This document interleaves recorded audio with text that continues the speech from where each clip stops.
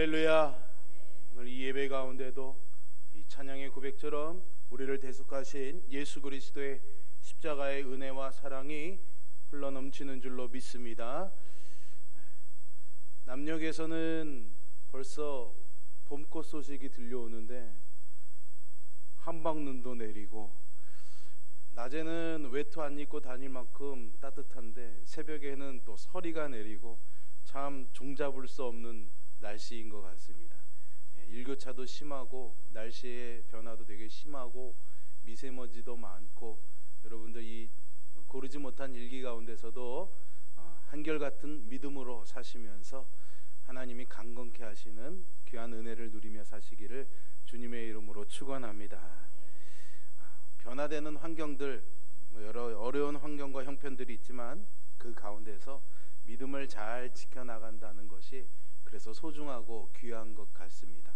오늘 본문에서는 바울은 다시금 갈라디아 교인들에게 그 한결같은 믿음, 그리고 하나밖에 없는 믿음을 다시금 가르쳐주고 있습니다. 갈라디아 교회는 바울 사도를 사랑했던 교회였습니다.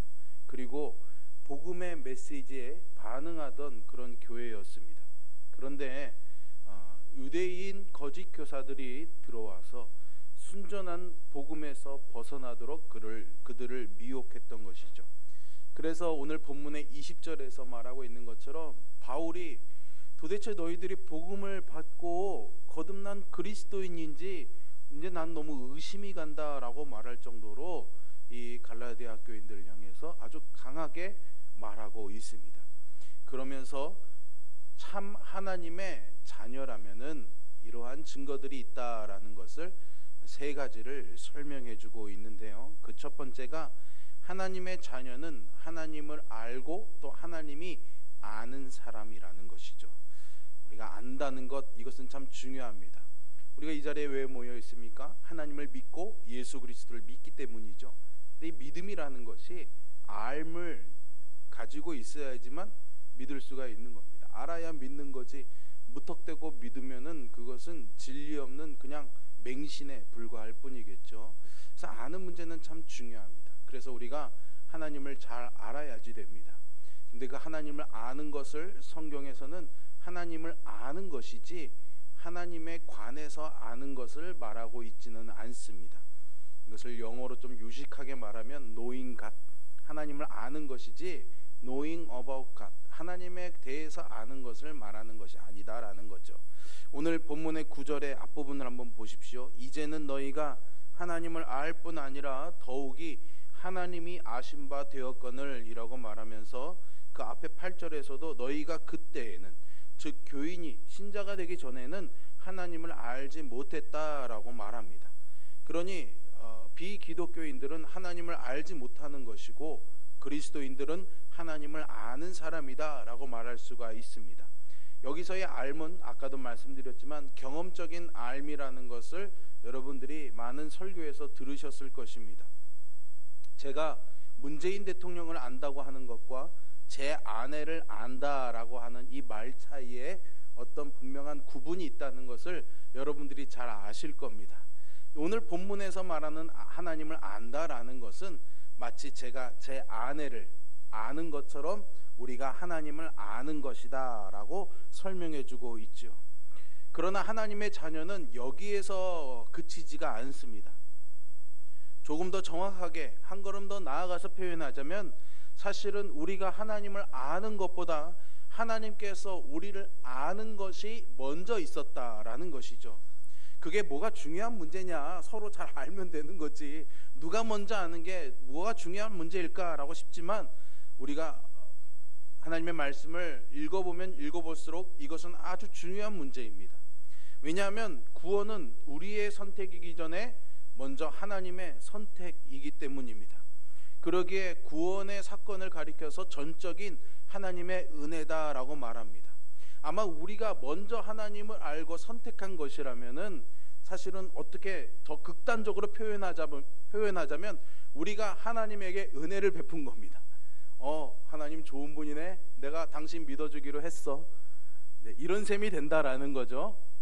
우리가 사실은 어떤 하나님이 막 우리 목줄을 막 끌고 와서 믿게 하시는 것은 아니지만, 여러분들이 믿음의 자리에 있고 오늘 예배하는 자리에 있고 하나님을 믿는다는 것은 그 전에 하나님께서 여러분들을 아시고 여러분들을 선택하시고 믿음을 주셔서 그 믿음을 가지고 하나님 앞에 나오도록 일하시는 하나님의 선제적 은총이 먼저 있었다는 것을 여러분들 꼭 기억하시기를 바랍니다. 내가 하나님을 알기 전에, 내가 믿음을 선택하기 전에 하나님이 먼저 나를 아셨고 하나님이 나를 먼저 선택해 주셨습니다. 이것이 오직 은혜인 것이죠. 그래서 우리는 오직 믿음으로만 하나님 앞에 나아갈 수가 있는 것입니다. 쉽게 예를 한번 들어볼까요? 어떤 고아원에 아이를 입양하기 위해서 부부가 찾아왔습니다. 고아원에서 추천해준 아이의 서류를 보고 이 아이가 어떤 아이인지를 먼저 보고, 아마도 며칠 동안 고아원을 다니면서 아이가 어떤 아이인지를 관찰했을 것입니다. 그리고 이 아이를 입양하기로 결정하고 아이를 집으로 데려가면은 그때부터 이 아이는 부모의 자녀가 되는 것이고, 이 아이는 그 부부를 부모로 알게 되는 거겠죠. 이 아이가 그 부부를 부모로 알기 전에 이미 그 부부는 그 아이를 알고 보았던 것이죠. 그런 것처럼 하나님께서 우리를 먼저 알고 우리를 선택하시는 것입니다. 이런 오직 은혜, 오직 믿음의 교리로부터 멀어지게 하는 그 어떤 것은 모두 다 그 의도가 어떠하든지 정죄받아야 하는 것이죠. 그것은 기독교라고 할 수 없는 것이고 단지 껍데기에 불과할 뿐입니다. 갈라디아 학교에 온 유대인 그리스도인들이 그런 일을 했다라는 겁니다.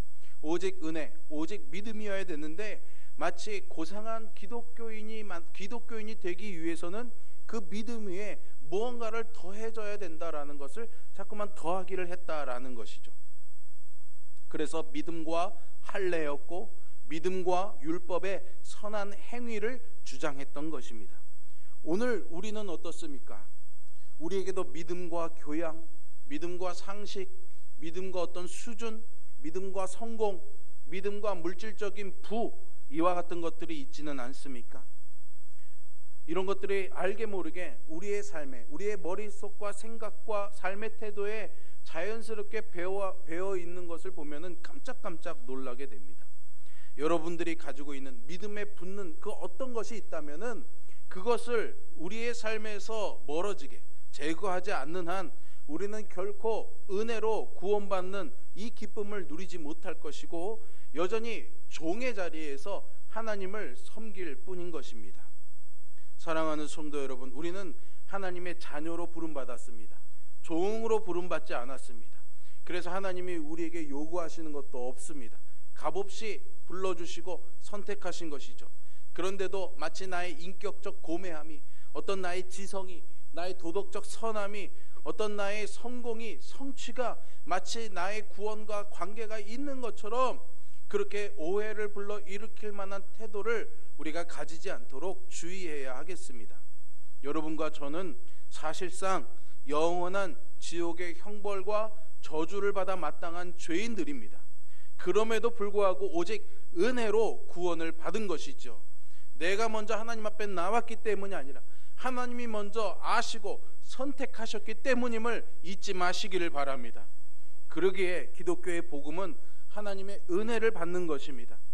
이런저런 의무를 잘 지켜서 하나님의 은혜를 받는 게 아니란 말입니다. 먼저 은혜가 우리에게 주어진 것입니다. 다시 말하면 순종이 은혜를 가져오는 것이 아니라 은혜가 순종을 가져오는 것이죠. 은혜와 사랑을 얻기 위해서 우리가 만약 순종을 하고 있다면 그건 종이지 아들이 아닙니다, 여러분. 아들이 부모에게서 사랑받기 위해서 뭔가를 열심히 합니까? 아들이기 때문에 사랑받는 거 아니겠습니까? 딸이기 때문에 사랑받는 것입니다. 그러나 종은 그렇지 않습니다. 주인에게서 인정받고 사랑받기 위해서 어떻게 해서든 주인의 명령대로 최선을 다해서 그것을 지키면서 살아야 되는 겁니다. 하나님은 우리를 자녀로 부르셨지 종으로 부르지 않으셨습니다, 여러분. 그럼에도 불구하고 종처럼 사지 마시기를 바랍니다. 똑같은 순종을 한다고 해도 하나님으로부터 받은 그 은혜가 너무나 커서 하나님께 순종하는 것이라면은 이것은 실로 은혜 받은 아들의 태도다라고 말할 수 있습니다. 순종의 삶은 은혜를 얻기 위한 것이 아니라 은혜를 얻었기 때문에 하는 것입니다. 두 번째로 하나님의 자녀됨의 증거는 하나님의 말씀을 즐거워한다는 것입니다. 하나님의 자녀된 자는 하나님의 말씀을 사랑하고 하나님의 말씀의 사역에서 기쁨을 얻습니다. 요즘 제가 대신방도 있고 지방의 일들도 많고 또 교회도 여러 가지 일들이 있어서 집에 좀 자주 늦게 가는 편입니다. 엊그저께 좀 10시 다 돼서 갔는데 우리 막내가 침대에 누워있다가 아빠! 하고 일어나더라고요. 그래서 앉았어 그랬더니 아빠 기다리려고 눈 뜨고 천장이랑 눈씨름하고 있었어요 그러더라고요. 아빠 만나서 얘기하고 싶어서. 그러면 피곤해도 저는 막 쉬고 싶은데 저절저절저절 막 얘기하더라고요. 얘기하고 싶은 거죠. 자녀니까 아버지랑 얘기하고 싶고 얘기를 듣고 싶은 거죠. 그게 자녀입니다, 여러분. 종은 명령만 듣고 싶어 합니다. 다른 이야기는 뭘까요? 잔소리잖아요. 듣기 싫습니다. 말 듣기 싫어합니다. 주인의 말 듣기 싫어합니다. 그러나 자녀는 부모의 말 듣는 것을 즐거워합니다. 우리가 하나님의 자녀라면 하나님의 말씀을 즐거워하는 게 당연한 것이고 거기에서 기쁨을 얻는 것이죠. 오늘 바울은 15절에서 너희의 복이 지금 어디 있느냐 묻고 있습니다. 이 말이 무슨 말일까요? 너희가 복 받았는데 그 복이 다 어디로 도망갔냐 이겁니다. 무슨 말일까요? 너희가 처음에는 하나님의 말씀을 너무 즐겁게 들었고 그것을 기뻐했는데 지금 그 기쁨이 어디로 갔냐라는 거죠. 내가 떠난 후에 도대체 무슨 일이 있었기에 그 기쁨을 잃어버렸느냐라고 묻고 있습니다. 처음 바울이 갈라디아에 가서 복음을 전했을 때 갈라디아 사람들은 그의 복음의 메시지를 듣고 너무나 좋아했습니다. 바울은 바로 그때를 회상하면서 지금 말하고 있는 겁니다. 너희들도 그것을 기억하고 있지 않느냐라는 것이죠. 어느새 갈라디아 교인들은 그 복음으로 말미암은 하나님으로 인한 기쁨을 다 잃어버린 것입니다. 그들 안에 있던 하나님의 말씀을 듣던 기쁨은 어느새 하나님을 섬겨야 되는 의무로 바뀌어버린 거죠. 은혜가 없는 의무였던 것입니다. 지금 그들을 돌이키게 하려고 바울은 지금 서신서를 쓰고 있는데 그 복음의 메시지를 듣는 이 성도들, 갈라디아 교인들은 더 이상 그것이 자기들에게 기쁨이 되지 않는 것을 느끼고 있었을 것입니다. 그때 바울이 그들의 폐부를 찌르듯이 묻는 겁니다. 그때의 그 기쁨을 어디 잃어버렸냐라는 거죠.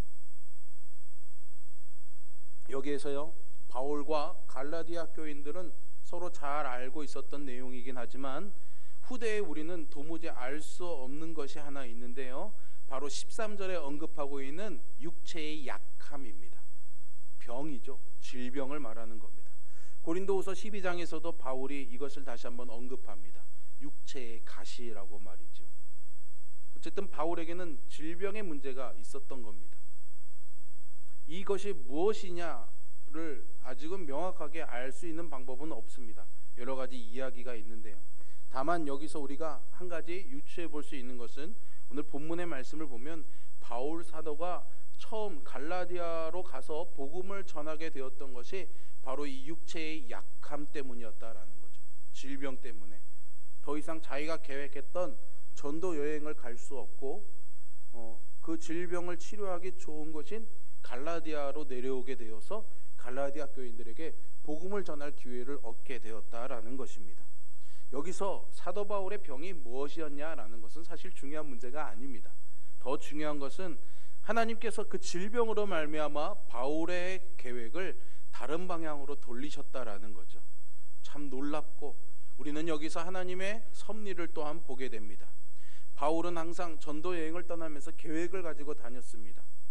그러나 하나님께서 그가 병들게 하심으로 인해서 그의 계획을 포기하게 만드시고 갈라디아로 보낼 하나님의 계획을 따르게 하신 것이죠. 사랑하는 성도 여러분, 하나님께서 하나님의 그 뜻을 이루어 가심에 있어서 우리의 이러한 문제도 우리의 약점도 사용하셔서 선하게 일하시는 하나님이심을 믿으시기를 바랍니다. 우리에게 일어나는 일들이 부당한 것도 있고 뜻하지 않은 것도 있고 억울한 것도 있을 수 있을 것입니다. 그러나 그런 것들이 다 하나님이 일하시는 도구가 되고 계기가 될 수 있습니다. 여러분들의 계획이 틀어지는 것, 여러분들이 어떤 예기치 않은 일로 말미암아 낙심하게 되는 것으로 인해서 또는 여러분들이 더 고생스럽고 돌아가야 될 때 깊이 생각해 보시기를 바랍니다. 그 가운데 하나님의 섭리가 발견될 수 있기를 축원합니다.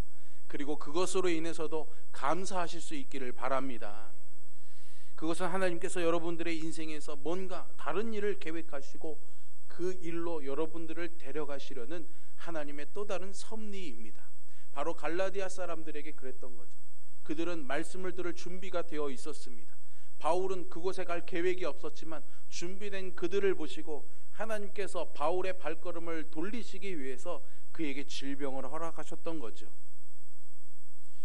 그래서 바울을 그들에게 보내신 겁니다. 다 이 모든 것들이 하나님께서 하신 일인 줄 믿습니다. 14절에서 바울 사도는 그것을 너희를 시험하는 것이다 라고 말하고 있습니다. 자기의 병이 사실상 갈라디아 성도들에게 시험거리가 될 수 있다라는 것이죠.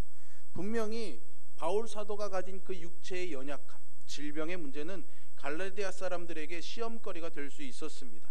지금도 그런 경향이 있지만 여러분, 우리가 병에 걸리거나 어떤 연약함이 드러나게 되면은 사실은 하나님이 함께 하시기 때문에 은혜의 증거라고 말하기는 쉽지 않지 않습니까? 왠지 죄의 결과인 것처럼 느껴지고 왠지 하나님이 나를 버리신 것 같은 그런 단절된 느낌이 우리 질병 가운데 찾아오기 마련입니다. 겉에서 보는, 누군가를 지켜볼 때도 그 사람의 연약함과 질병의 문제를 그렇게 이해할 때가 참 많이 있죠. 그럼에도 불구하고 갈라디아 사람들은 바울을 업신여기거나 거절하지 않았습니다.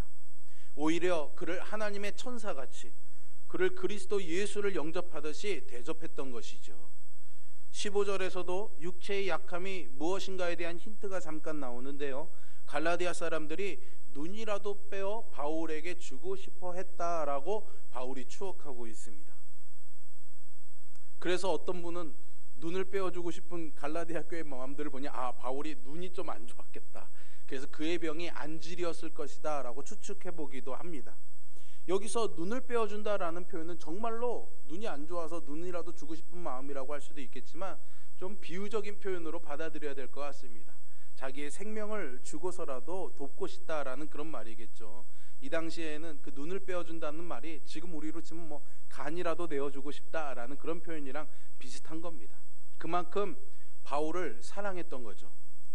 바울 사도는 갈라디아에 갔을 때 약했지만 그런 가운데서도 복음인 하나님의 말씀을 전했고, 갈라디아 사람들은 그 말씀을 기쁨으로 받았고, 또한 그것을 전해주는 이 바울을 천사처럼 그리스도처럼 대접했습니다.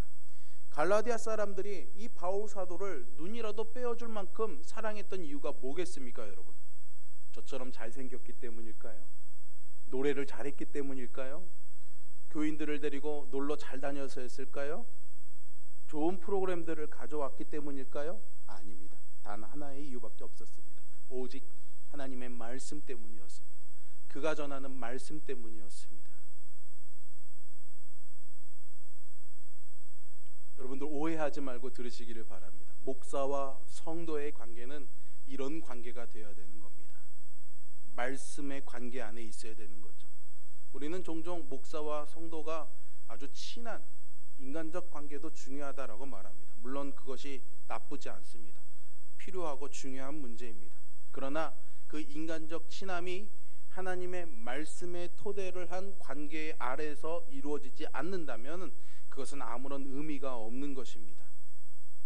그래서 목사와 성도는 하나님의 말씀에 의해서, 하나님의 말씀을 통해서 엮어진 관계로 나아가야 되는 것이죠. 그 안에만 있을 때 의미가 있는 것입니다. 바울 사도는 그것을 분명히 알고 있었습니다. 갈라디아 교인들이 자기를 극진히 사랑하고 대접한 이유는 바로 하나님의 말씀 때문이라는 거죠. 저도 이런 목사가 되고 싶습니다. 여러분들이랑 친하게 지내고 싶지 않다는 말이 아닙니다. 친하게 지내고 싶습니다. 가까이 지내고 싶습니다. 제발 제가 먹는 밥상에 많은 분들이 서로 제비뽑기를 해서라도 달려오기를 바라는 간절한 소망이 있습니다. 그러나 그게 다가 아니라는 거죠. 말씀을 통해 우리의 관계가 맺어져야 되는 것입니다. 그게 건강한 관계라는 것이죠. 때로는 제가 조금 냉정해 보일지라도 양해해 주시고 이해해 주시기를 바랍니다. 때로는 가까워짐으로 인해서 인간적인 연약함이 드러나더라도 이해해 주시기를 바랍니다. 하나님의 말씀을 통한 관계가 중요하다는 것을 잊지 말고 저를 위해서 평생 이 말씀을 붙잡고 전하는 목자로 살 수 있도록 기도해 주시기를 부탁을 드립니다. 세 번째 하나님의 자녀됨의 증거는 변화되는 사람이다라는 거죠. 그리스도의 형상으로 변화되는 것입니다. 그러나 이것은 외적인 태도나 외모를 말하는 것이 아닙니다. 성품, 속사람의 변화를 말하는 거죠. 그리스도께서 우리의 마음에 와서 우리를 다스리는 것입니다. 내가 내 삶의 주인인 것과 그리스도께서, 성령께서 내 마음의 주인으로 사는 삶, 그 둘 사이의 긴장과 갈등 속에서 점점 내가 주인 되었던 그 자리를 그리스도께, 성령께 내어드리고 그대로 따라가는 삶이 바로 그리스도를 닮아가고 변화되는 삶이다라는 거죠. 어떤 잘못됐던 습관들을 고친다고 변화되는 게 아닙니다. 그것은 그냥 그리스도를 따라가다 보면 자연스럽게 나오는 부산물이고 결과일 뿐입니다. 우리의 속이 변화되지 않고 우리의 속사람이 새로워지지 않고 그런 삶의 태도와 습관들만 변화되는 것은 아무런 의미가 없습니다. 그러니 여러분 그런 것에 매어 살지 마시기를 바랍니다. 무언가 습관을 고치지 못한 것으로 죄책감에 빠지지 마시기를 바랍니다. 내 마음의 자리를 그리스도께 내어드리면 내어드릴수록, 그분께 내 주인의 자리를 내어드릴수록 우리는 자연스레 그분을 따라가는 것이고 세상의 습관을 던지고 살 수가 있는 것이죠. 바울은 오늘 갈라디아 교인들이 성령을 받고 거듭난 것이 사실이라면 너희들이 이 그리스도의 형상을 이루기까지 내가 다시 해산하는 수고가 있더라도 내가 기꺼이 이 일을 하고 싶다라고 말합니다.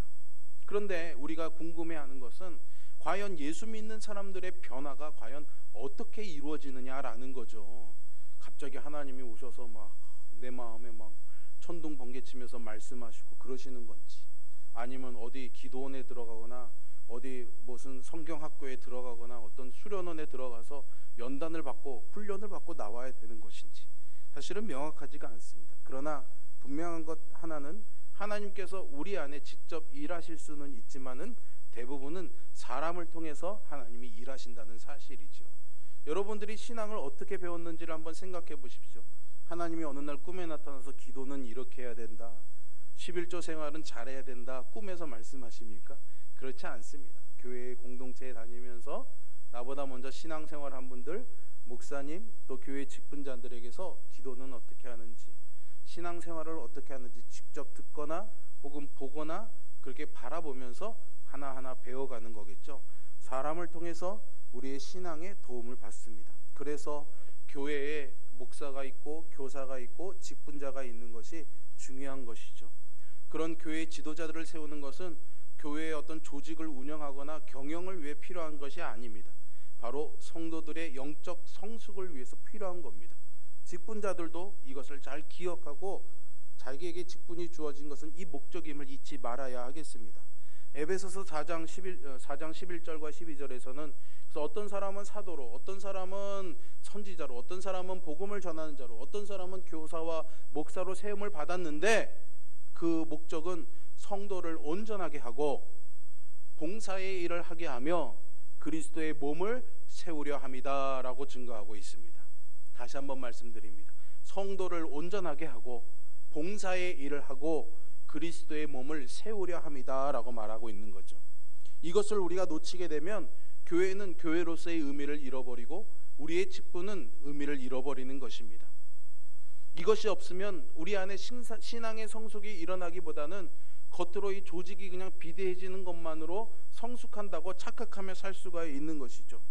바울 사도가 지금 관심을 가지고 있는 것은 갈라디아 교회가 어떻게 하면은 양적으로 조직적으로 이것을 키워가느냐가 아니라 갈라디아 교회에 있는 형제 자매들의 속사람이 과연 성숙을 향해서 자라가고 있느냐라는 것이죠. 그들 안에 그리스도의 형상이 이루어지고 있느냐라는 것입니다. 여러분, 우리가 이것을 잘 기억해야 하겠습니다.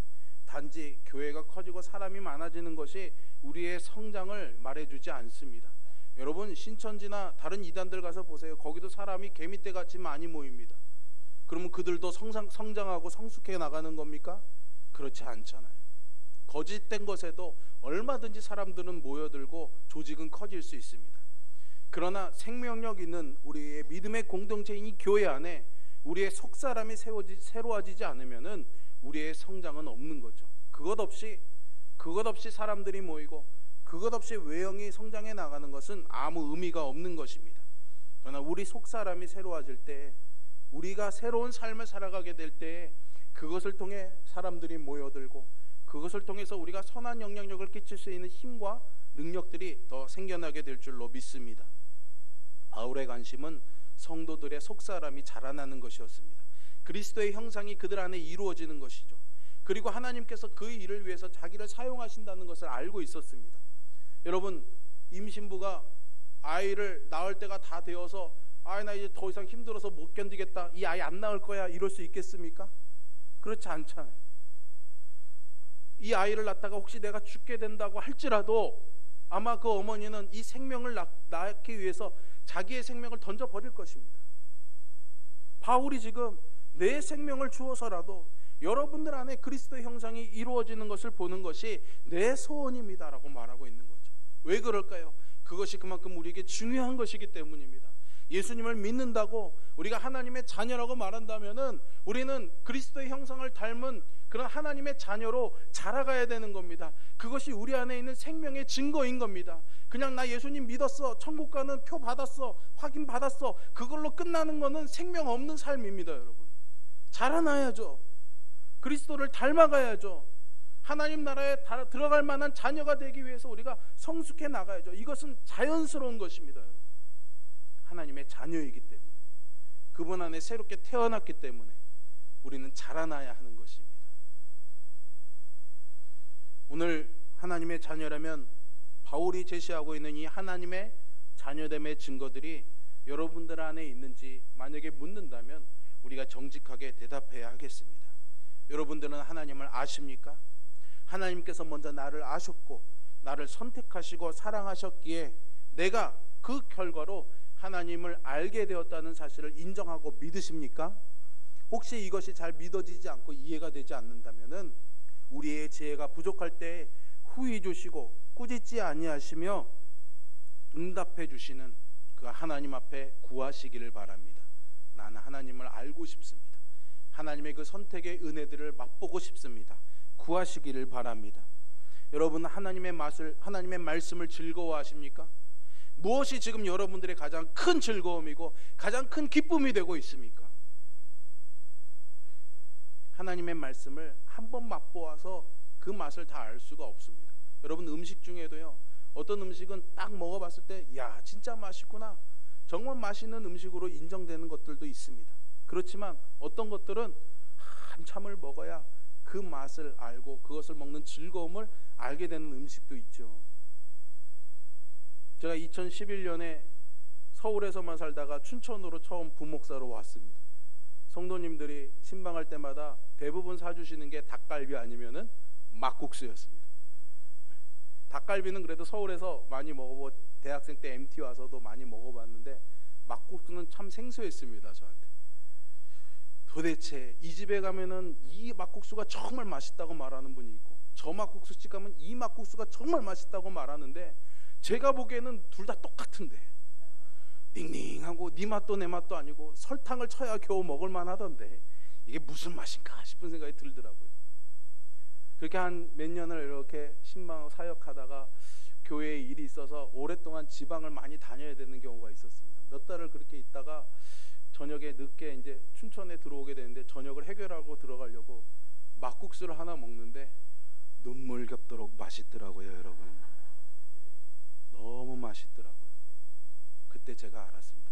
내가 나도 모르는 사이에 이 맛을 알았구나. 하나님의 말씀도 그렇습니다. 어떤 분들은 내가 어떻게 거부할 수 없는, 나의 지적 능력으로도 이해할 수 없는 강한 그런 충격으로 한 번에 말씀의 맛을 경험하기도 하지만 어떤 분들은 모르는 사이에 그저 그 말씀 그냥 항상 듣는 그 사이에 그 맛을 알게 되는 경우도 있는 거죠. 여러분들이 그 즐거움을 누릴 수 있기를 주님의 이름으로 축원합니다. 여러분들 안에 그리스도의 형상이 이루어져 가고 있습니까? 겉의 변화가 아니라는 것을 분명히 말씀드렸습니다. 진정한 그리스도인이 아니더라도 얼마든지 교회에 열심히 나올 수 있고 얼마든지 봉사할 수 있고 얼마든지 결심할 수 있습니다. 그러나 여러분이 참으로 그리스도인이고 하나님의 자녀라면 여러분 안에 하나님의 생명이 심겨져 있다는 것을 잊지 마시기를 바랍니다. 그래서 예수를 믿을 때 뭔가 나의 것이 아닌 그 어떤 것이 내 안에 들어와 나를 끌고 갑니다. 그런 힘을 분명히 경험하게 되어 있습니다. 여러분, 생명이기 때문이거든요. 그러면 내 안에 있는 자아와 싸웁니다. 내적 싸움이 일어나는 거죠. 여러분, 그때 그 싸움의 주도권을 여러분들이 쥐지 마시기를 바랍니다. 이기려고 안간힘 쓰지 마시기를 바랍니다. 어떻게 하면 안 따라가고 싶은 마음인데 따라가려고 애쓰는 그 마음도 내려놓으시기를 바랍니다. 그 주도권을 성령님께, 하나님께 맡기시기를 바랍니다. 그러면 그 힘이 여러분들을 하나님께로 이끌고 갈 것입니다. 그리스도의 형상이 이루어지게 할 것이죠. 저는 오늘 본문의 말씀을 여러분들과 나누면서 우리가 하나님의 자녀됨의 증거들을 나누었습니다. 여러분들에게 이 증거들이 나타나기를 간절히 소망합니다. 그러면서 더불어 우리 교회에도 하나님의 교회됨의 증거들을 나타내 주시기를 소망합니다. 그것은 바로 눈을 빼어주는 성도와 그들 속에 그리스도의 형상이 이루어지도록 해산하는 수고를 하는 목사입니다. 목사와 성도를 맺어주는 가장 중요한 끈은 바로 하나님의 말씀입니다. 인간적인 사랑과 정이 아니죠. 이것이 안 중요하다고 말씀드리는 것이 아닙니다. 하나님의 말씀으로 맺어짐 없이 목사와 교인의 관계를 맺어간다면 건강한 교회를 세워갈 수가 없습니다. 성도들 안에 그리스도의 형상이 이루어지기까지 어떠한 대가를 치르더라도 생명이라도 내어주는 목사, 그리고 그 하나님의 말씀을 전해주는 그 목사를 존경하고 사랑하면서 자기의 눈이라도 빼어주기를 원하는 성도들, 제가 존경받고 싶은 것이 아니라 그것이 생명력이 있는 말씀이기 때문입니다. 여러분, 이것이 우리 홍천교회의 현재와 미래가 되기를 간절히 소망합니다. 기도하겠습니다.